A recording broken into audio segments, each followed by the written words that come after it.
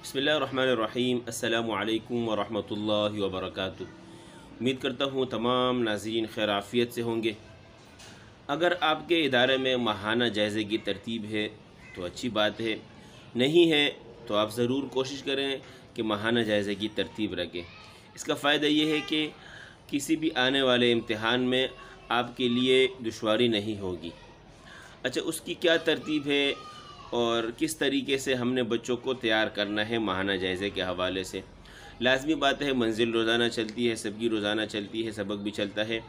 अब माहाना जायज़ा है तो एक बात आपके जहन में रहे कि एक हफ़्ता पहले या 8 दिन पहले, 9 दिन पहले आप बच्चों को बुला लें और उनसे तरग़ीबी बात कर लें। हर लड़के से आप पूछें कि आपकी मंजिल कितनी है। लाज़मी बात है, आपको मालूम तो होगा कि फ़लाँ बच्चे की इतनी मंजिल है, फ़लाँ बच्चे की इतनी मंजिल है, लेकिन फिर भी उनकी जहन साजी के लिए प्यार भरे लहजे में आप उनसे बात करें कि आपकी कितनी मंजिल चल रही है, आप कितनी मंजिल सुना रहे हैं, आप कितनी मंजिल सुना रहे हैं। आपने यहाँ तक उनसे बात कर ली।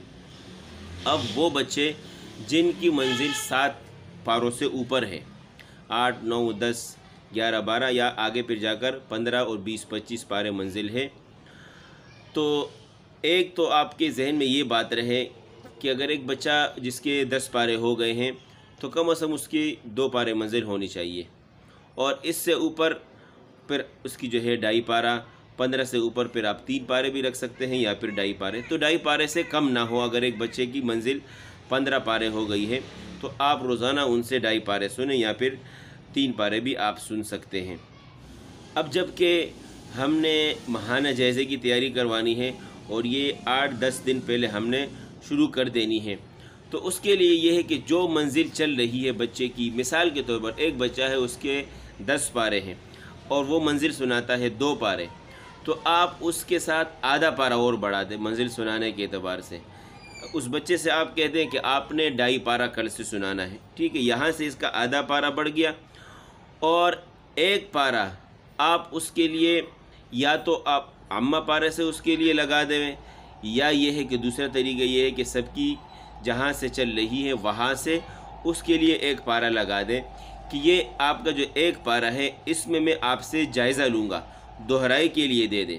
इसके अलावा जो 2.5 पारा है वो मंजिल होगी और ये जो 1 पारा है ये आपने इसको दोहराना है और कल को मैं इसमें जायज़ा लूँगा। तो टोटल इसके पारे हुए 2.5 और 1, 3.5 पारे इसके हो गए। अब आने वाले कल को हमने किस तरीके से ये कवर करना है, ठीक है। तो लाज़मी बात है, सबक भी चलेगा, सबकी भी चलेगी, मंजिल भी चलेगी। जब ये मंजिल चलेगी, इसमें आपने एक इस बात का ख्याल रखना है कि मंजिल की रफ़्तार ना बढ़े।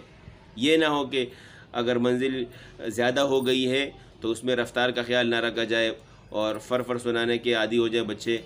नहीं, गुन्नामत की रियायत रखनी है, लहजे पर काबू रखना है, ये सारी चीज़ें आपने कवर करनी है और क्लास पर पूरी नज़र रखनी है। अब जब बच्चे मंजिल से फ़ारिग हो जाएंगे, अब चूँकि मंजिल ज़्यादा हो गई है तो जो आपका टाइम है उसमें पूरा नहीं होगा। आपकी क्लास लगती है 11:30 तक, तो आपने बच्चों का जहन बनाना है कि बस ये कुछ दिन है, 10 दिन, 8-10 दिन हैं, आपने इसमें अपना टाइम बढ़ा देना है और आधा घंटा, पौना घंटा आप उनको तरगीब देकर उनकी जहन साजी करें, ये आपने बढ़ा देना है। इंशाल्लाह उसमें फिर मंजिल कवर हो जाएगी। अब अगला काम आपने ये करना है कि जितने भी पारे हैं इसके 3.5 पारे बनते हैं या 4 पारे बनते हैं, दोहराई और मंजिल को मिलाकर इसमें से आपने जायज़ा लेना है। कम से कम आपने लाजमी हर बच्चे से 2 सवाल करने हैं, एक मंजिल के पारों में से और एक दोहराई के पारों में से सवाल करना है। बच्चे के ज़हन में ये ना हो कि बस उस्ताद ने मंजिल के पारों से सवाल करना है, बल्कि आप ज़्यादा तवज्जो उस दोहराई वाले पारे पर दें। अक्सर ऐसा देखा गया है कि दोहराई वाले पारे को बच्चे छोड़ देते हैं और मंजिल वाले पारे के पीछे लग जाते हैं। जायज़ा आपने हर बच्चे से लेना है।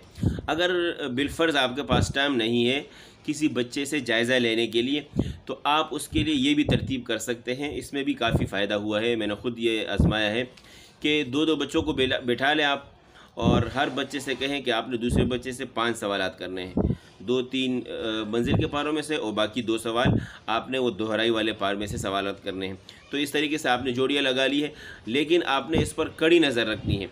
ये ना हो कि आपने मंजिल की जोड़ी लगा दी और वो آگے پیچھے سے بس سوالات کر رہے ہیں، کچھ پتہ نہیں ہے، اور بچے اٹھ کر آ گئے کہ ہاں ہم نے سوالات کر لیے، ایک غلطی دو اٹکن، دو غلطی ایک اٹکن ہے، اور اس طریقے سے جو ہے یہ سلسلہ چلتا رہے۔ نہیں، یہ اس کا اس وقت فائدہ ہوگا جب آپ کھڑی نگاہ رکھیں گے اپنی کلاس پر، نہیں تو پھر اس کا جو ہے نقصان ہوگا۔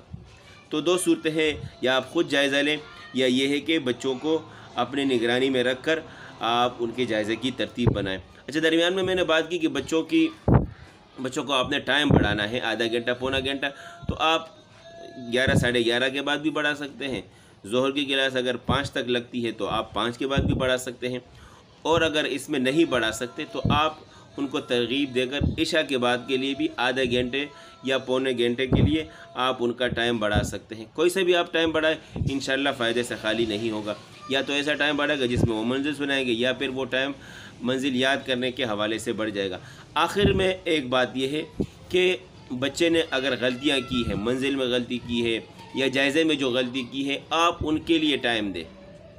اس سے متعلق میں پہلے بھی ویڈیو بنا چکا ہوں کہ غلطی کو کس طریقے سے یاد کرنا ہے، آپ تفصیل میں وہ بھی دیکھ سکتے ہیں۔ آپ نے جب بچوں کو ٹائم دے دیا غلطی کو یاد کرنے کے لیے، 10 منٹ دے دیے، 15 منٹ دے دیے، اس کے بعد بچوں کو بلائیں اور بٹھا کر 2 3 بچوں کو کہیں کہ آپ نے اپنی غلطیاں مجھے سنانی ہے۔ یاد کرنے کے حوالے سے مختصر میں عرض کروں گا، غلطی والی آیت 3 سے 4 مرتبہ دہرائیں، اس سے پچھلے والی اور اس کے بعد والی آیت 3 سے 4 مرتبہ اپنے ساتھ دہرائے گا بچہ، 1 2 مرتبہ دیکھ کر دہرائے گا، 2 3 4 مرتبہ 5 مرتبہ زبانی دہرائے گا، اور آپ کے پاس آ جائے گا جتنی بھی ساری غلطیاں ہیں وہ لے کر، اور وہ آپ کو سنائے گا۔ اس سے انشاءاللہ بہت سارا فائدہ ہوگا۔